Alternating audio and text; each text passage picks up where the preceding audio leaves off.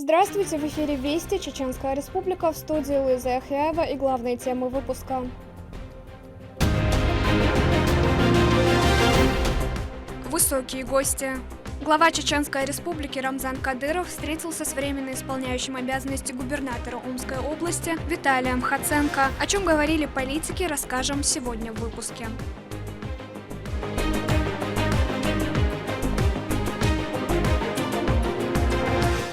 День Победы. Мы гордимся памятью представителей нашего общества, которые приближали эту победу над фашизмом, над чумой 20 века. В честь праздника в Доме печати Чеченской Республики собрались ветераны труда и чиновники.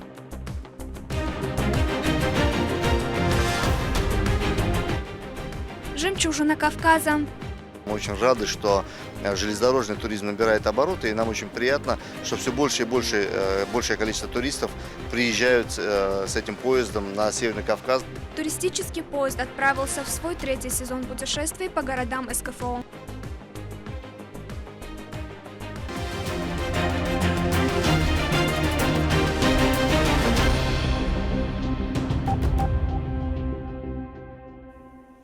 Рамзан Кадыров встретился с временно исполняющим обязанности губернатора Омской области Виталием Хаценко. Политики в дружеской обстановке поговорили о злободневных темах. Гость выразил одобрение отсутствию в республике учреждений престарелых и детских домов. Это показатель строгого соблюдения обычаев и традиций, а также развития института семьи. Отметил большой поток туристов, которые приезжают в регион. Рамзан Кадыров поделился, что сотрудники силовых ведомств субъекта проходят обучение на базе Российского университета спецназа, оказанию первой медицинской помощи, тактической и военной подготовки. Это помогает оперативно реагировать на любые экстренные ситуации. Полностью медицина, полностью, они прошли все курсы, подготовки курсы, и они полностью подготовлены. И это боевая единица, которая полк там в любое время сразу могут принимать решения. Блокировка, тактическая медицина, да, полностью, сразу блокированы, проведение дальше операций, не дожидая помощи, они сразу на месте решают вопросы. РОВД есть там, там батальоны бывают, полки бывают, роты бывают, но там у нас обязательно есть ГБР, побыстрее, они полностью проходят все обучение, все тактики, там военные, ведение боя, вообще, все, что не знают, подготовленная полиция, даже не знают, не знали даже военные наши, которые дивизии, которые есть, военные, Министерство обороны, Национальной гвардии, их подразделения, они вообще ничем, практически не обучаются, они жалеют патронов и чтобы выехать на полигон и приехать, им нужна неделя, и чтобы этого не допустить. Но не делают, они сидят дома.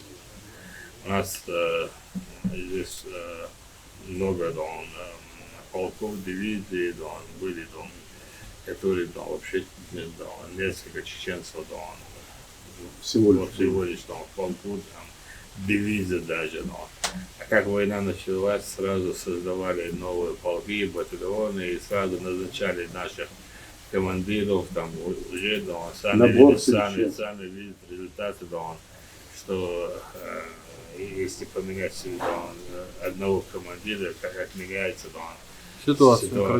И вот сами дайте нам командиру, дайте нам, чтобы управлял И мы создали новый дополнительный 3 батальона, полк Министерства обороны, и 2000 человек, Ахмат Аман-1, Национальной гвардии, 2200 человек, полностью спецоружие, полностью со всеми делами, полки, с минометными решетками, артиллериями, полностью, Раньше нас не допускали, этим видим оружием, мы только умели с гранатомета, с пулемета, так воевать.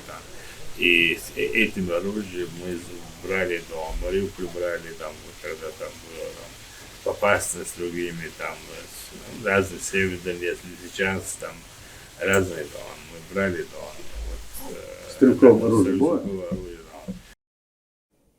В аэропорту Грозного официальные лица региона встретили временно исполняющего обязанности губернатора Омской области Виталия Хаценко. О том, какой маршрут прошли политики, расскажет Мадина Нуцолчиева.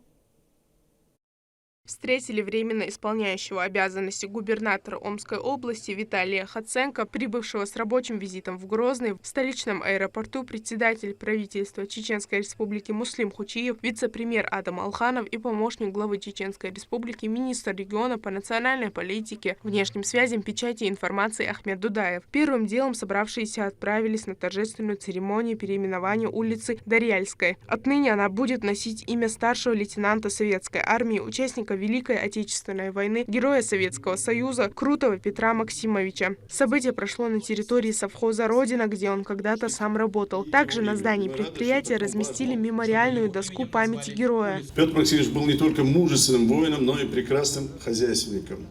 Вернувшись с фронта, он 20 лет проработал директором совхоза «Родина», за что был достоин ордена Трудового Красного Знамени.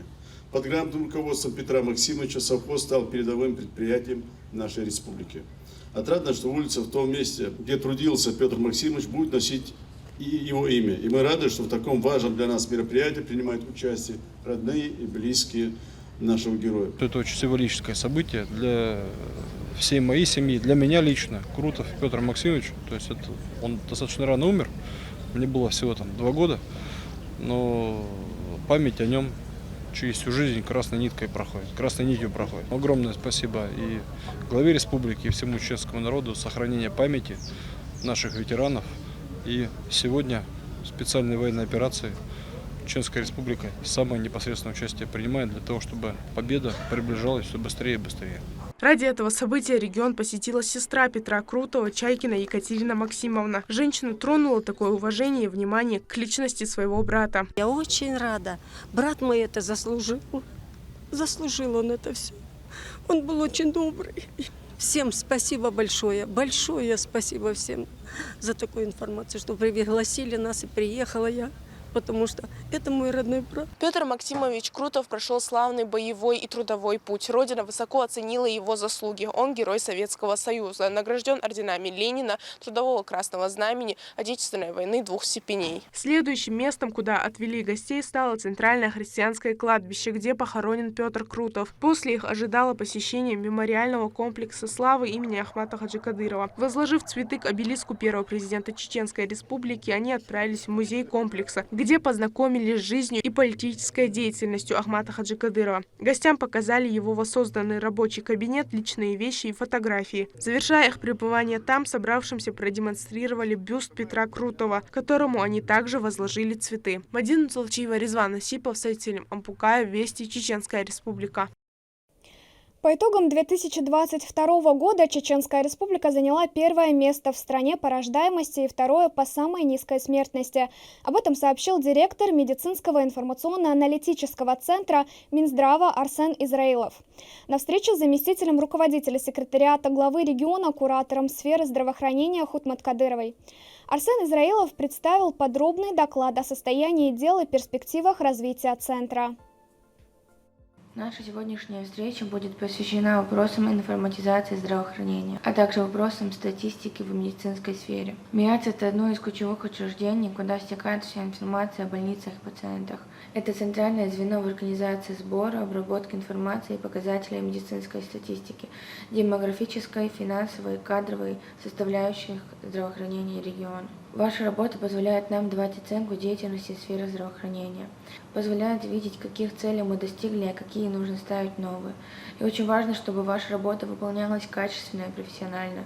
В этой связи прошу поделиться результатами ваших наблюдений, рассказать о том, как организована ваша работа. Также прошу доложить результаты анализа сферы здравоохранения региона. постоянно мониторим, это смертность, рождаемость, материнская, младенческая смертность, диспансеризация и диспансерный учет.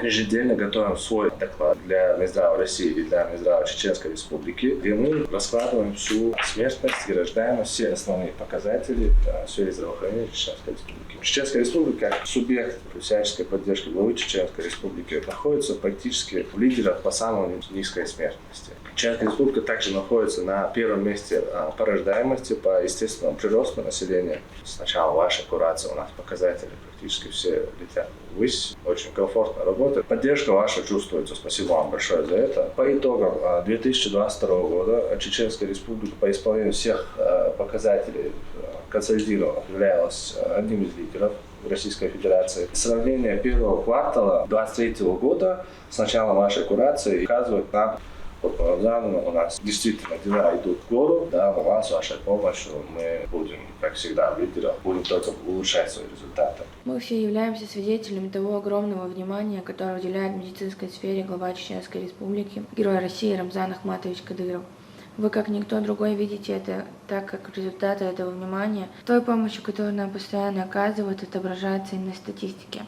Но, как и в любой сфере, нам необходимо постоянное развитие. Поэтому жду от вас повышения эффективности деятельности, а со своей стороны я готова всегда оказать поддержку в решении проблемных вопросов. Для россиян праздник Победы – это особенный день, напоминающий о том, за что боролись бойцы Красной Армии. В честь этого дня в Доме печати провели мероприятие, где собрались ветераны труда и труженики тыла, также чиновники. Далее в сюжете от Турпалали Тайсумова.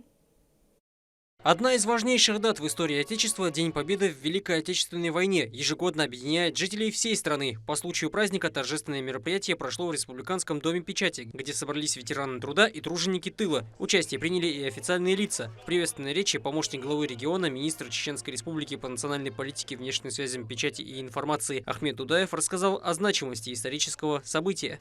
Более 40 человек из представителей Чеченской Республики, они получили звание Героя Советского Союза, Героя Российской Федерации.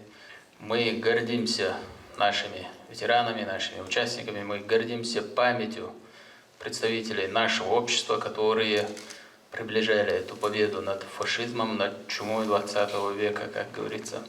Сегодня в первую очередь хочу пожелать здоровья, долгих лет счастливой жизни всем, кто принимал участие. Министр подчеркивает, что манипулировать историческими фактами недопустимо. Первоочередная задача – это сохранить память и честь героев войны. Влиять, манипулировать различными историческими фактами им удается. Я всегда привожу в пример, допустим, в Японии школьники, студенты, они уже на сегодняшний день не знают, кто бомбил Японию, кто бомбил острова Хиросиму и Нагасаки. Они не знают этого. Потому что об этом не говорят в школьных учебниках, этому не учат в каких-то учебных заведениях.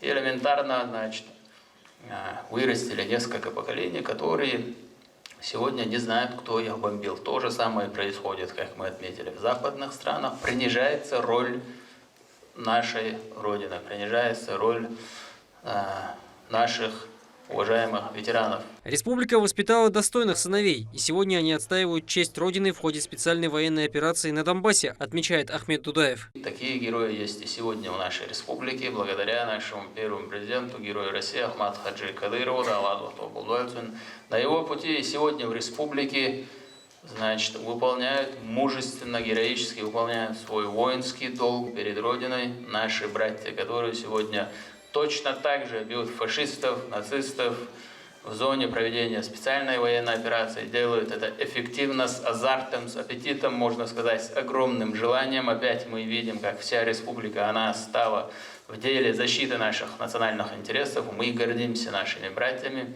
Каждый из них, он заслуживает, чтобы о нем снимали фильмы, чтобы о нем писали книги.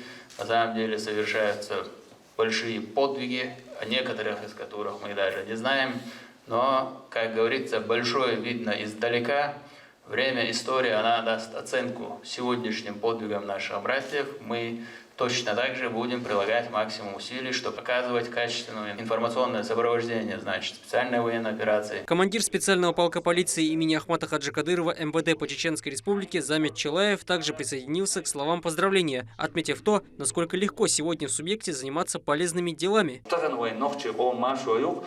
حين قوردلت أراتوش ميجو حين قوردلت إم عمو يشوها مصو مت قران عمو يشوها مصو أغودون بوصل دينا دحل دوش تعم دوش ده لا دخو أول وين حلوة لطولة هور رمضان أخماتوش تو يلشل أطول عمد هاش حيولين الفوندامент إيش تحليوش حوش موي ده نو ده حوش. В качестве подарка зрителям дети исполняли стихотворения и пели исторические песни.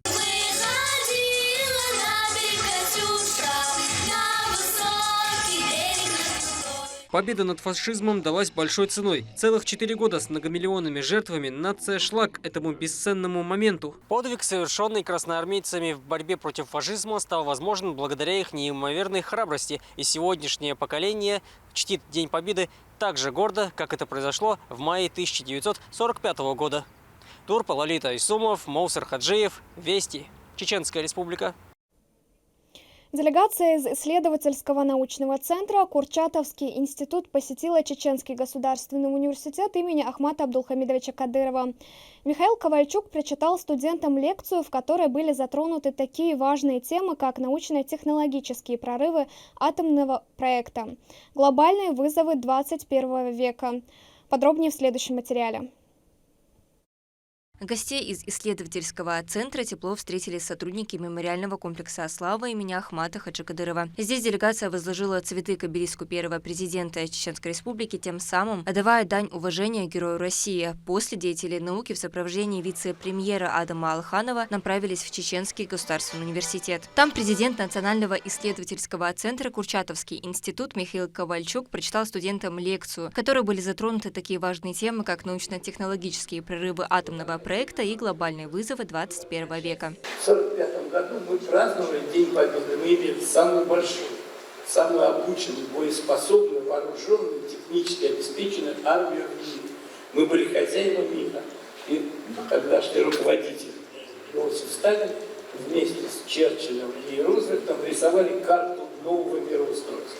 Затем делегация посетила Центр коллективного пользования, который находится на базе Чеченского государственного университета. Это место встречи и работы сотрудников и студентов по приоритетным направлениям развития науки и техники. Это фундаментальные исследования, прикладные исследования. Также наш центр занимается и коммерческой стороной. Это, опять же, клиника, диагностические лаборатории, бактериологические лаборатории. А помимо этого мы также предоставляем научное оборудование, такую аренду, можно сказать, на основе контрактов это юридическим, физическим лицам. Гости осмотрели лаборатории и ознакомились с научными трудами и исследованиями вуза. После состоялось подписание договора о сотрудничестве между Чеченским государственным университетом и Центром Курчатовский институт.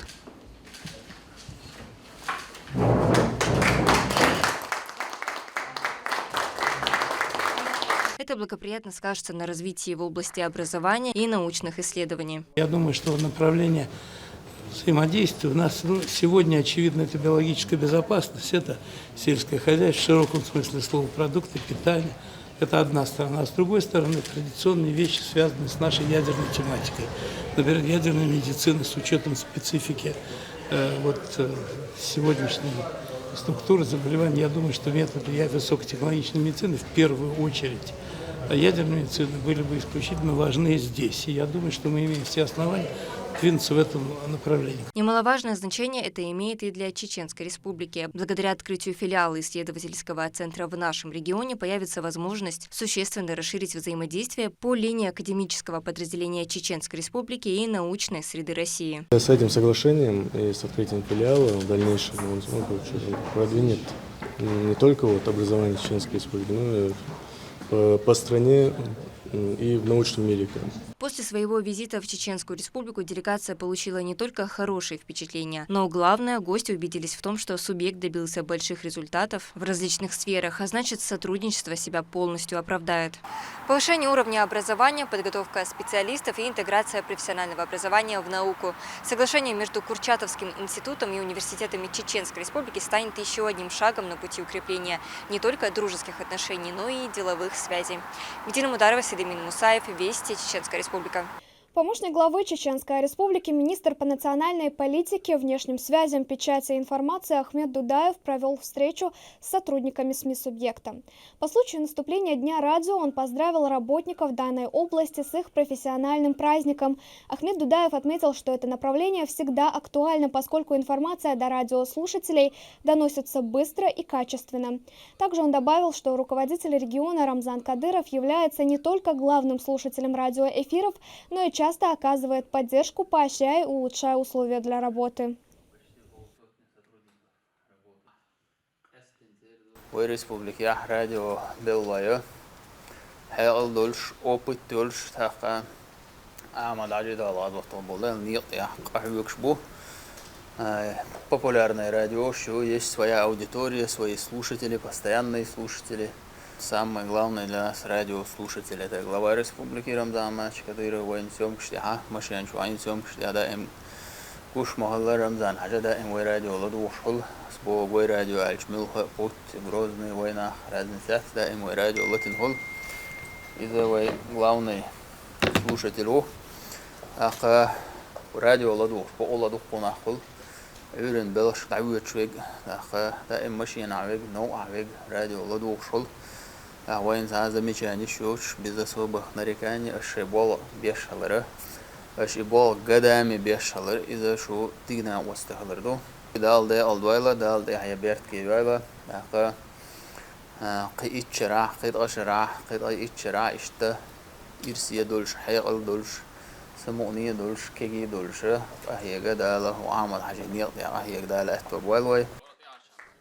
Далее Ахмед Дудаев наградил почетными грамотами отличившихся радиоработников за высокий профессионализм и творческую инициативу в развитии региональной журналистики. Среди них были и сотрудники ГТРК в войнах Даши Кадиева и Хеда Расулаева. Получать награды всегда приятно, когда твой труд оценивается, тем более из рук министра. Вдвойне приятно. Спасибо ему огромное за то, что всегда уделяет для нас внимание. В этот прекрасный праздник хочется поздравить всех наших коллег, радийцев, которые работают у нас в республике. Их достаточно много. Очередной сезон семидневного железнодорожного путешествия по городам Северного Кавказа уже начался. Каждый день новый город. Круизный поезд «Жемчужина Кавказа» для туристов служит не только средством передвижения, но и своего рода гостиницей. О том, какие изменения произошли в маршруте в этом году и прочие детали в сюжете Медины Мударовой. 2023 год стал для поезда «Жемчужина Кавказа» третьим сезоном. Он снова отправился в путь по железнодорожным круизам в ключевые города Северокавказского региона. Ну а сейчас, с минуты на минуту, он прибудет в Грозный.